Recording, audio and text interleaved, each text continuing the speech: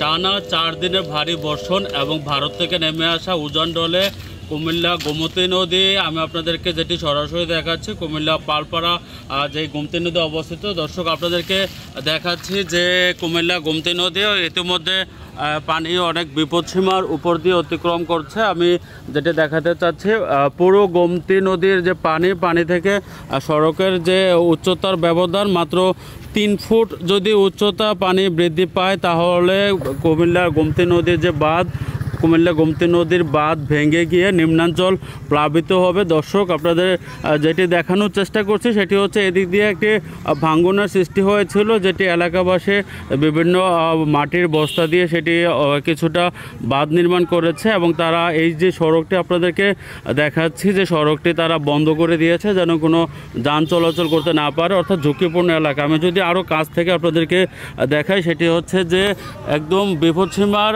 উপরে এটি অবস্থান করছে, খুব বিপদসীমার যে মাত্র 3 ফুট উচ্চতা হলে পাশের যে অঞ্চল অনেক নিম্নাঞ্চল। আমি আপনাদেরকে দেখাচ্ছি প্রায় 20 ফুট ব্যবধান, যে পাশের যে উপর থেকে গোমতী নদীর পাড় থেকে নিম্নাঞ্চল প্রায় 20 ফুট, অর্থাৎ যদি কোনো কারণে পাড় ভেঙে যায় তাহলে এখানে কয়েক লক্ষ ঘরবাড়ি পানিতে তলিয়ে যাবে।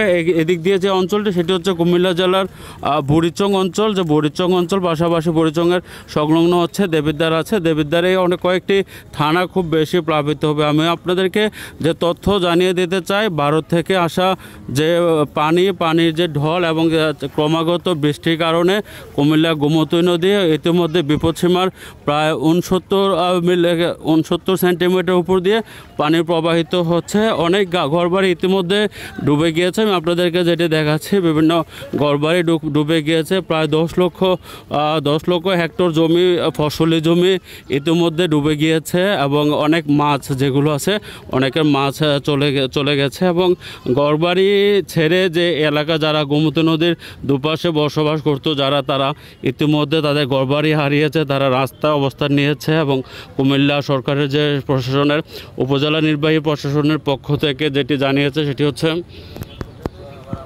কুমিল্লা উপজেলা নির্বাহী অফিসার রোমেন শর্মা যেটি জানিয়েছেন কুমিল্লা যে শহরে যে কয়েকটি হাই স্কুল এবং প্রাইমারি স্কুল সকলের জন্য আশ্রয় কেন্দ্রের জন্য খুলে দেওয়া হয়েছে। এখানে সবাই আশ্রয় নিতে পারবেন এবং যারা ভুক্তভোগী আছেন যাদের ঘরবাড়ি পানিতে তলিয়ে গিয়েছে তাদের জন্য সরকারি তেমন সাহায্য তারা পায়নি, তারা আমাদের কাছে অভিযোগ করেছেন। তবে বিভিন্ন সামাজিক সংগঠন যারা তাদেরকে বিভিন্ন ত্রাণ সহযোগিতা করছে, শুকনো খাবার সরবরাহ করছে। এখানে এসে আমরা যেটি দেখতে পাচ্ছি যে অনেকে ঘরবাড়ি হারিয়ে রাস্তায় তারা অবস্থান করছে, তাদের ঘরবাড়ি ডুবে গিয়েছে এবং তারা আমাদের কাছে যেটি আমাদের অভিযোগ করেছে সেটি হচ্ছে তারা ঘর থেকে তারা অনেক কিছুই তারা সরাতে পারেনি। আপনাদেরকে আরও ভালোভাবে যদি দেখাতে চাই যে রাস্তার পুরো গোমতী নদী একদম যে উচ্চতা গোমতী নদীর যে পার প্রায় সমান উচ্চতায় চলে আসছে, অর্থাৎ 3 ফুট হলেই বাঁধ উপর দিয়ে পানি চলে যাবে, গিয়ে কয়েক লক্ষ ঘরবাড়ি প্লাবিত হবে। ইতিমধ্যে